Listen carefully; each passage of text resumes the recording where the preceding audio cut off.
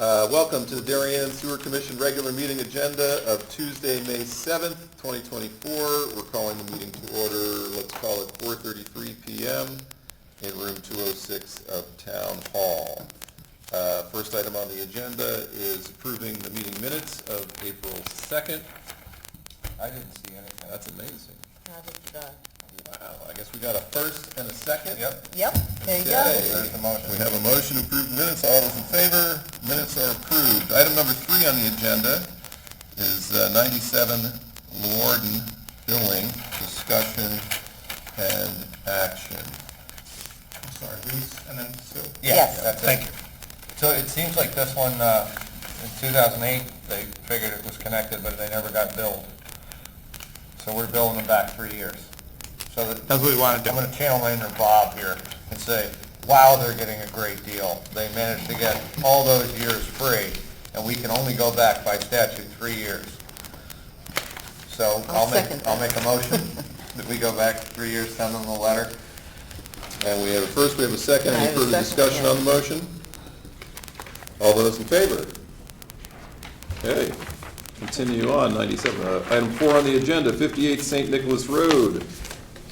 Discussion and action. Okay. What you have in front of you is the map of the property, Delivered. and the request is to connect a separate, I call it a dwelling, a unit, a structure, pool house to the existing sanitary sewer lateral on their property. It currently is in a 2-acre zone. Property is 1.7 acres. But like, I feel that any of these one-offs that come in to do this, I should bring them in front of the sewer commission just to have you folks at least take a look at it. Make sure I didn't miss anything, but just looking to see whether you folks approve of the connection or not. Do we need an as-built when we're done to throw in the file? I think it requires sewer permit and an as-built to go in the file. All right, with that, you see any problems? I don't see it. All right, I'll make a motion that required an as-built after the fact, put in the lateral file. And I'll second it. We're fine with it. Okay, we have a motion and a second. Any further discussion? All those in favor? Okay, 3-0. Check, check, check. So the condition was as-built? Yeah. Yeah. A permit and a, Yeah, that's what he went in for. The plumber went in for the permit, providing Anthony with the Good job, Bob. after. Yeah. Installed. Silence is golden. You didn't chime in. That was Well the easiest done. one along. Thank you. Just trying to get the surveyors out there before you backfill. Item number 5 on the agenda is the Sedgwick at Old Kings Highway North manhole sanitary sewer overflow discussion. I would like to table this when we have everybody here. What do you think? I would too. Okay, so I'll make that motion, we table this for next And month. Do you want to give us any color? or- I do. Yeah. You had talked previously at the earlier meeting about why impacts and what we could possibly do to expedite. And I had Lindsay provide this email for you folks to read. And what possible benefits we're getting actually now by In phase 2. Phase 2's work, and what to anticipate in Phase 3, and how we could possibly move some things around to get further benefits at this location. Yeah, I saw that. One thing that was neat or interesting of note was that in the 8 miles of video we're doing this year, if there's an opportunity to add a few things that would benefit this to Phase 3 that maybe we hadn't seen yet, given the another 8 miles of video, that's an opportunity that we could potentially have. I thought Correct. that was Correct. note. And we're folding actually some, I'll talk about it later as the super, but there's some additional stuff too that we're doing now that we came across. Would you camera downstream of this manhole to see if there's any obstructions that are backflowing and causing the manhole to surcharge? We did about 3 Yeah. months ago, after the first one, I think as Susan had pointed out, we went out there and we cameraed it again to make sure that, There's nothing obvious. You know what the obvious thing was? We couldn't get the camera through the first time. There was actually a lateral that was obstructing the cameras. A different company came in, I'm assuming same size camera, the pipe's not that big, it's only 10.5 inches. The lateral was gone, Like it washed away? Something? magic. Wow. Elevated, that's impossible. Yeah. Maybe the tile pipe broke off, maybe it was, I have no idea where it went, because we got the camera all the way through from manhole to manhole. Wow. So Lindsay didn't feel that the assessment they did needed to be revisited, given the additional water. The Capacity analysis. yeah, the capacity analysis that they did that said everything was fine. Because of this additional rain, she didn't feel, and the different additional groundwater levels being very high, so everything's higher, she didn't feel that somehow impacted her capacity study. I don't want to speak for Lindsay, but I can speak to the assessment that was done, and using a wet weather or a high groundwater flow to determine capacity when we're doing I&I removal and pipe corrections and manhole corrections. And I think what we found was, with the higher groundwater, we found some other areas that we had to address, and that's what we're doing now. The capacity that I'm concerned about is, when we're done doing all of these upgrades, do we still have capacity, and should we go back and reassess? But at this point in time, I don't believe that it's necessary, nor will it give us anything that we don't already know, which is we have water in our system, and we need to remove it. Well, I'll get into this. Yeah, When we, I'd like Bob and Peter to be, jump in. Like- Can we make sure this manhole repeats, or email repeats in the next agenda, just Yeah. for ease Oh, of absolutely. access? Yeah. Just include it again. Yeah. I guess with that, we'll table item number 5. Do you have a motion on the floor? Do you need a vote? Me, Susan, Craig. All. Okay. All.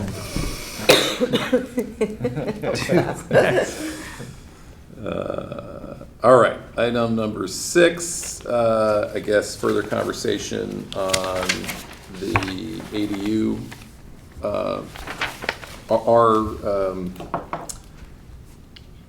A policy that we are creating in response to the potential for the ADU regulation at zoning. Is that passed?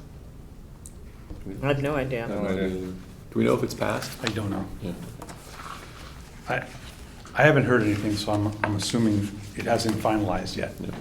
Do the ADUs contemplate having separate utility bills, separate meters, separate electrical? I did not see it in the ordinance. No, I didn't either. Or their regular planning and zoning regulations. So they could sub-meter the landlord and take over that. Yeah. If you were a landlord, would you want separate meters? A sub-meter, yes, but would you want separate meters from utility companies? But gas, and I think many of them might require it for a separate Right. Right. unit. Maybe not the attached ones, but. maybe Yeah, the detached. Detached absolutely. might require a separate meter from the utility. I don't know. I don't know how that affects us. I mean, we're gonna send them one invoice, whether we get Yep. 2 bills from the water company or one, we're gonna send out one invoice. Okay, one per address. Cool. So I highlighted whatever you folks had asked me to change, just to show you it's done. Moving forward with it, do we make it a following policy? That's what I'm looking for. Do we need to have a public hearing or anything, or just a policy?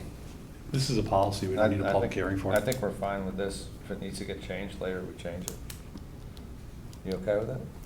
Yeah, and we've looked at this language. I think this might be the 3rd meeting now. Mhm. I like simple. Simple is clear. And it is what it is. You cool? Yep, All right, I'll move it. I'll second. All right, motion on the floor to adopt this administrative policy to cover accessory dwelling units on residential properties. All those in favor?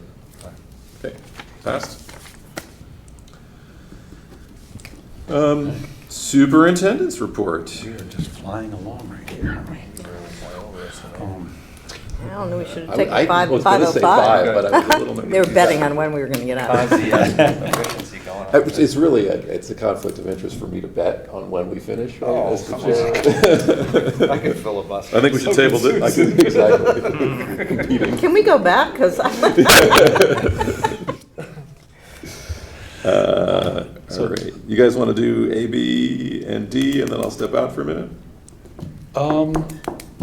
Okay, we can do that one. So, A, the Phase 2 sanitary sewer, the update on what we're doing. The manhole lining will start, started Monday, the 6th of May, while the manhole grouting is 50% completed right now. 2 different processes to seal the manholes. The manhole crew to come and do the frames and covers changeouts is about 2 weeks out before we start that. So we're moving along. Lindsay seems to think that we're on target with our schedule. My gut is telling me that we're a little bit ahead, and we'll see. But it Tricky looks like- stuff's got a long tail. What's that? When you get to the tricky stuff, it's got a It's a long long tail. tail. Yeah, and who would have thought the pipelining, I thought, would have been the trickier. Yeah, yeah. But, and the little piece is, there is some additional lining that I've approved. It's about $110,000 worth of additional lining. Great. There is $70,000 worth of savings by making some changes to those locations. So there's about a $40,000 Oh, difference. you were going to do some spot repairs, and instead you're just doing the whole thing? Yeah. That makes total So sense. I think it's a beneficial thing. While we're here in the area, putting them together and grouping them in, I think that's a good. Where was good that? choice. It's all over. Oh, okay. It's all in Just different fine. areas. And we found that some of them were, we did one section, we skipped another because it didn't show infiltration, and then maybe 2 sections, then another one, we were doing it. Going back and doing the video camera, we found that with the higher groundwater, we were getting some more stuff. So we're going to take care of that section now. Cool. Darren? 445. And across the street from the Stony Brook Pump, Run B, across the street from the Stony Brook Pump Station, we found a pipe that was misaligned when we TV'd it, to the point where it couldn't be lined, so we went and saw competitive bids to do a point repair on this one joint to fix it. And we got one bidder, one quote. The work was performed on Wednesday, the 1st of May. Part of that work, we hired a company to mark out our sewage force main. It's very near to where we were doing the point repair and at a higher elevation, so it was a great concern to us. Everything turned out well. If you drive that way, you'll see a patch. The only thing left to do now is to line the pipe and repair the paving to the DOT standards. How did they actually fix that? Did they get it as close as they can and then line it all? Or is there a little? There was, believe it or not, a repair was there before, and It's settled or it's something? settled again for whatever. Take that Fernco and just do this Oh, to was it it. Fernco? It's And it was wretched still, it. yeah, Really? so there was no metal band on it, Really? like we require. Yeah. So no concrete around it like we Yeah. require. So it They causes. just use a Home Depot Fernco with the 2 clamps, not the metal. Still had the bands. price tag on it. from Really? the- No. Yeah. But, yeah, it was right under the Duck bank. duck bank. What size, was it a lateral from the house or No, It's a big, the mains. it's the- 8-inch pipe. wow. Collects the neighborhood, also Old Kings Highway South Pump Station discharges to it, which doesn't go on very much. So, And goes all the way up to the church by the Yeah. firehouse, heading west. comes down So from it the got a church, new yeah. Fernco and then it got lined? Or? Oh, yeah, we put a new section of pipe in, new Oh, okay. fern goes in, and then now we're gonna schedule it to be lined. Oh, that's And it's awesome. concrete So that- encased, yeah. so- That should help stiffen it up too. The biggest fear was we were digging on, next to a crossing that was abutting the force main. Wow. So Darren had it marked out, had the ground penetrating radar, we had sensors put on it too, just to give us a better feeling and decide which side of the the main we should dig down to before we slide over and before we get closer to the pipe, so. What do you think settled? What water Not a clue. infiltration or? Not a clue. When you get near a river, usually you expect bank run gravel, beautiful stuff. Could have been swamp, I don't know. But in the past couple months, it hasn't moved. Whatever settlement occurred happened. So we repaired it, it's concrete encased at the joints, and the lining in a couple weeks. Yeah. So, After the 20th, I think we'll get the 20th. yeah, so after that happens, Yeah. Sounded not in our complicated. lifetimes. Cool. 48, so we're skipping Thorndale. Oh, me again? Yes. So we're going to D, right? 448. At the last sewer commission meeting, the property owner, his attorney, asked information of the commission how to proceed. They're doing a two-lot subdivision, dividing one lot into two lots.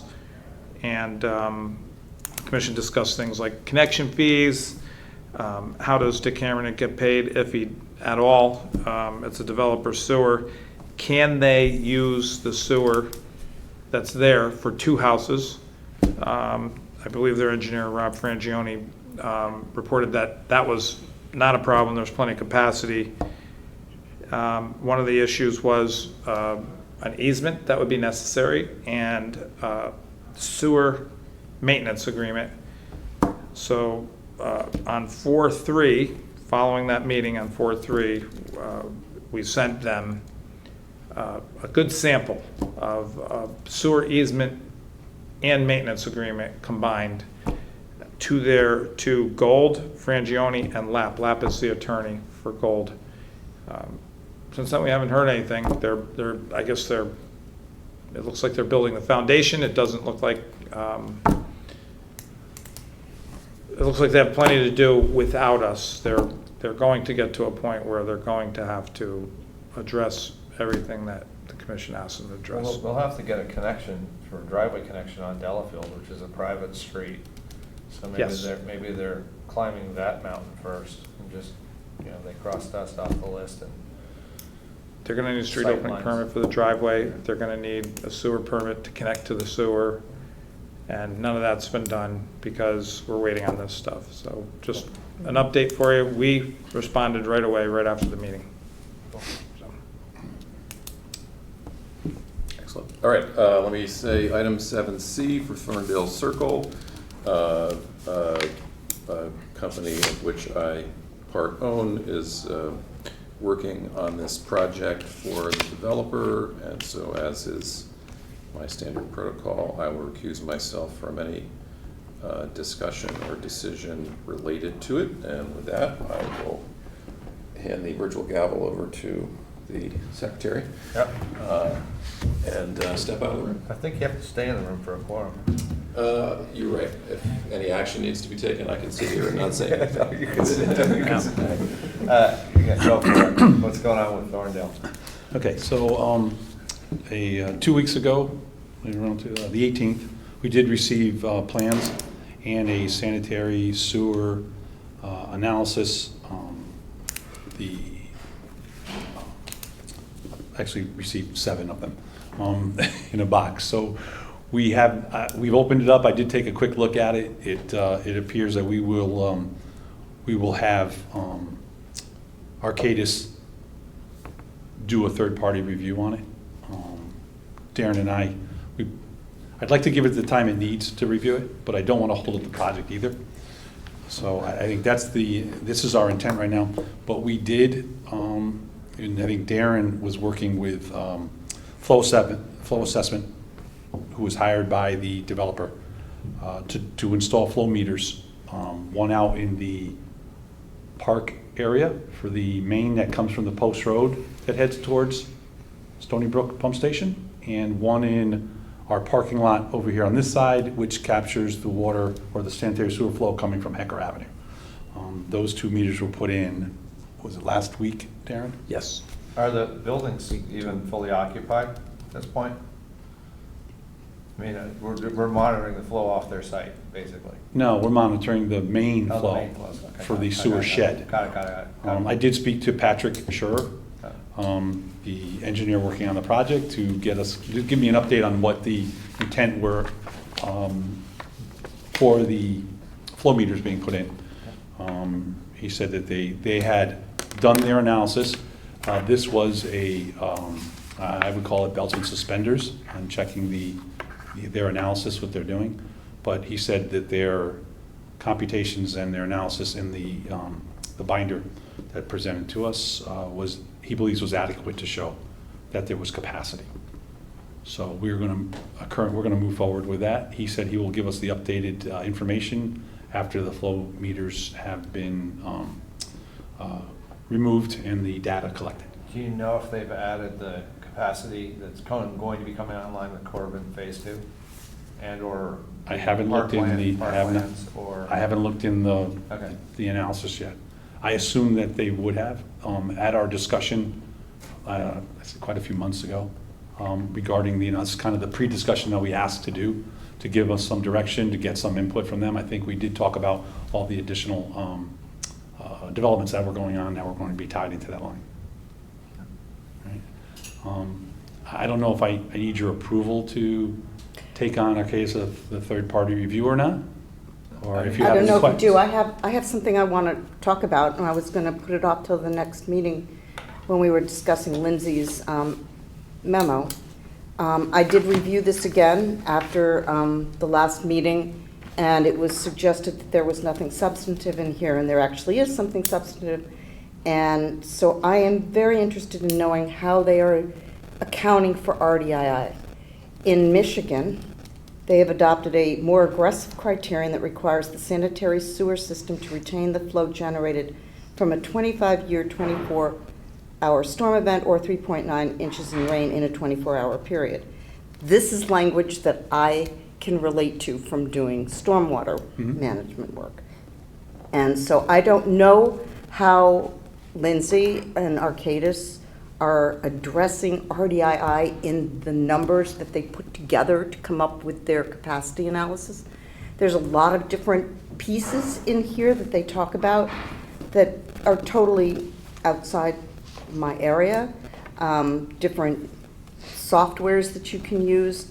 And then again, this was done in January 2008, so that's a long time ago. I have been trying to find anything more current online, and there is nothing. Everything points to this one document. So that's really what I want to understand. How are they accounting for RDII? Because I think it didn't get accounted for properly on Sedgwick. I know they think they accounted for it, but this is one methodology of doing it. Connecticut apparently has nothing to Even the EPA, when I looked, it was vague. but It was this, vague. this looks substantive to me, and again, language that I understand. So when they're doing their analysis, that's what I'm going to be asking for.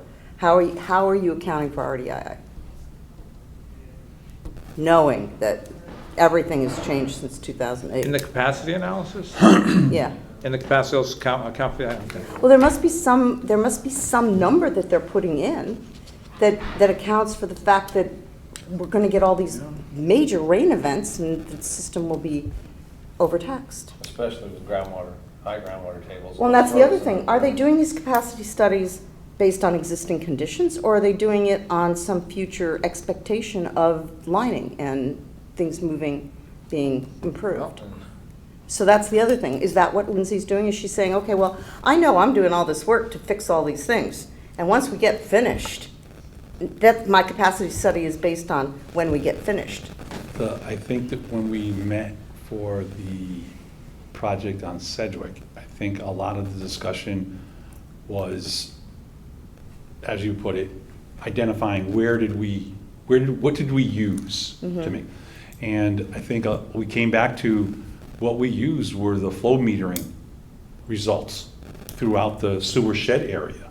And I think that's what was the basis of it. And it goes back to, I think, your original question, Susan, which was, okay, were there substantial storms during that time period? And did it qualify and meet the EPA requirements type of thing? I think that's where you had headed Right, last time. and we look back at the storms and they weren't close to 3.9. And yet it's surcharged. See, we may have something that's parabolic when it reaches a high groundwater and a high rain event. Mhm. We're getting so much more water, it's not linear. And that could be part of it. And sump pumps have to be playing a huge role in all of this. And I don't think we have a silver bullet to get rid of the sump pumps. And that's what, when we started with Arcadis, I asked, hey, that's 50/50, is it leaking pipes or sump pumps?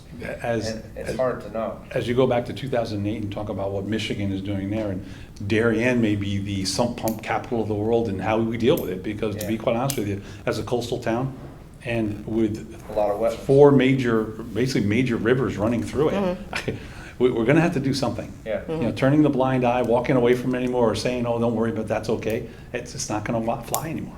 It's just not Because gonna the do it. volumes are huge, and it points, to me, it points more and more to sump pumps. Well, it's taking capacity out of the line. Yes. So that's really where I'm coming from. I want to understand it better. So if they can say, oh, yes, we're accounting for it, we might not be doing it like Michigan in a manner that is relatable to a 25-year, 24-hour storm event or 3.9 inches of rain in 24 hours. They could explain to me how they are doing it. I don't think anybody is doing it as aggressive of Michigan, to be classy, because I haven't heard of anybody addressing it that aggressively. Okay. The hard thing is too, if that was a dry summer day and it all ran off, it wouldn't be in the sewers. True. It's so, we come from a background of being a P&Z and EPC, of dealing with surface flows, basically, not subsurface conditions. And now we're into subsurface conditions and what's going on below and how that relates to sump pumps. And that's what we're addressing right now with, I mean, we've done our above-ground investigative work, right? The smoke tests, these camera work. Well, now we're addressing stuff that, comes through the pipe up from the ground. Yeah. And I think that's, and we're spending millions of dollars to do it right now. So we're, I just want to understand it better because it seems like mystery math. It's kind of annoying that someone can bring a lawsuit and we're doing the best we can. Yes, Where's that that too. balance? It's Where's that? not about balance, it's about accountability. When, So, Yeah. when it comes to I&I and the development, there's two issues. One is what you guys are talking about, which is we have a problem that we have to solve. Everybody agrees on that, but we have a legal opinion from a long time ago where we were told, if you have I&I, that's your problem.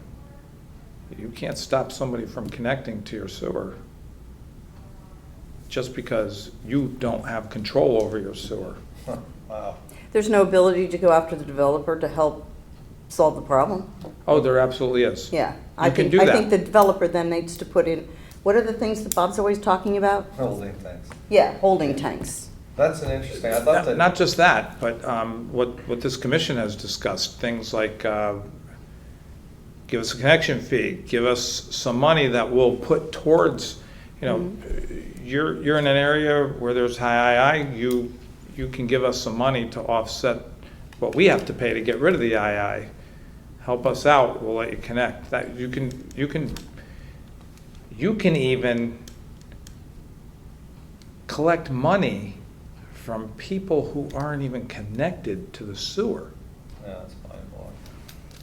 That's, Yeah. Because they have the ability to connect down the road. a special You assessment. can do the whole Yeah. We have a No. problem. Even, I mean, Although we talked about that when we were doing the flooding stuff. I don't think you can stop somebody. If somebody comes up with a bona fide, legit, approvable capacity analysis, and then you say, yeah, but that doesn't work when it rains, it's gonna be tough to stop them. If the Well, they might property is have to already replace zoned our for force it. main or something like that to make it all work, right? If, In other words, they If- can't put us in a position, I wouldn't think legally, I'm not a lawyer, but Me either. how can you put us in a position of approving something where we know it's going to cause SSOs in a major way? I don't see how that would legally, I agree with you. Follow. We could try that case. I was- I'm comfortable, Darren, if there's if there's something that shows there isn't enough capacity in a certain area for certain reasons, and we vote no, let's go to court. You know, let's have that discussion and see. A lawyer's opinion is worth about what it's printed on. And that we can get any judge any day to give you every other opinion in the world, because they're not usually the best This is lawyers. America. It's America. Yep, Well, and once you do that, you've got opportunities for settling. Yeah. this is America. I mean, I'd much rather spend the money on the sewers, but no, it's not that, but Well, but if you're not getting the money for the sewers, and they're going to overtax your sewer system, then it's important to address it. I think In court. a little more I- focus on the rain events when it comes to that would be cool. I'm just throwing it out there. I want to be No, clear. I get that. I totally agree with you. Yeah. I don't want to create a problem. I don't want to make something worse. I don't want to, I don't like to pay Make lawyers. something- I honestly don't like to pay lawyers. But sometimes situations happen where you are put in a position of having no choice. And then you play it out and see where it falls. if a capacity analysis shows that the sewer is under capacity, you Yeah. can absolutely make that developer, and we have. Kensett, Yeah. Avalon, they paid for upgrades. They didn't even blink. They were very cooperative, both of those two examples. But I was not an issue there. I mean, I guess we feel a little burned too. Sedgwick seemed to sneak through the cracks a little bit. That's all. Maybe that's where we're coming from too. Yeah, common sense. Trust but verify. Yeah. Okay. All right, cool. Back online? Done with the superintendent's report? yes. Okay, any new business? Gonna stall for 9 minutes? No, I can't. Okay, so the next item on our agenda is an executive session. So we'll ask Channel 79 to turn off the cameras. So we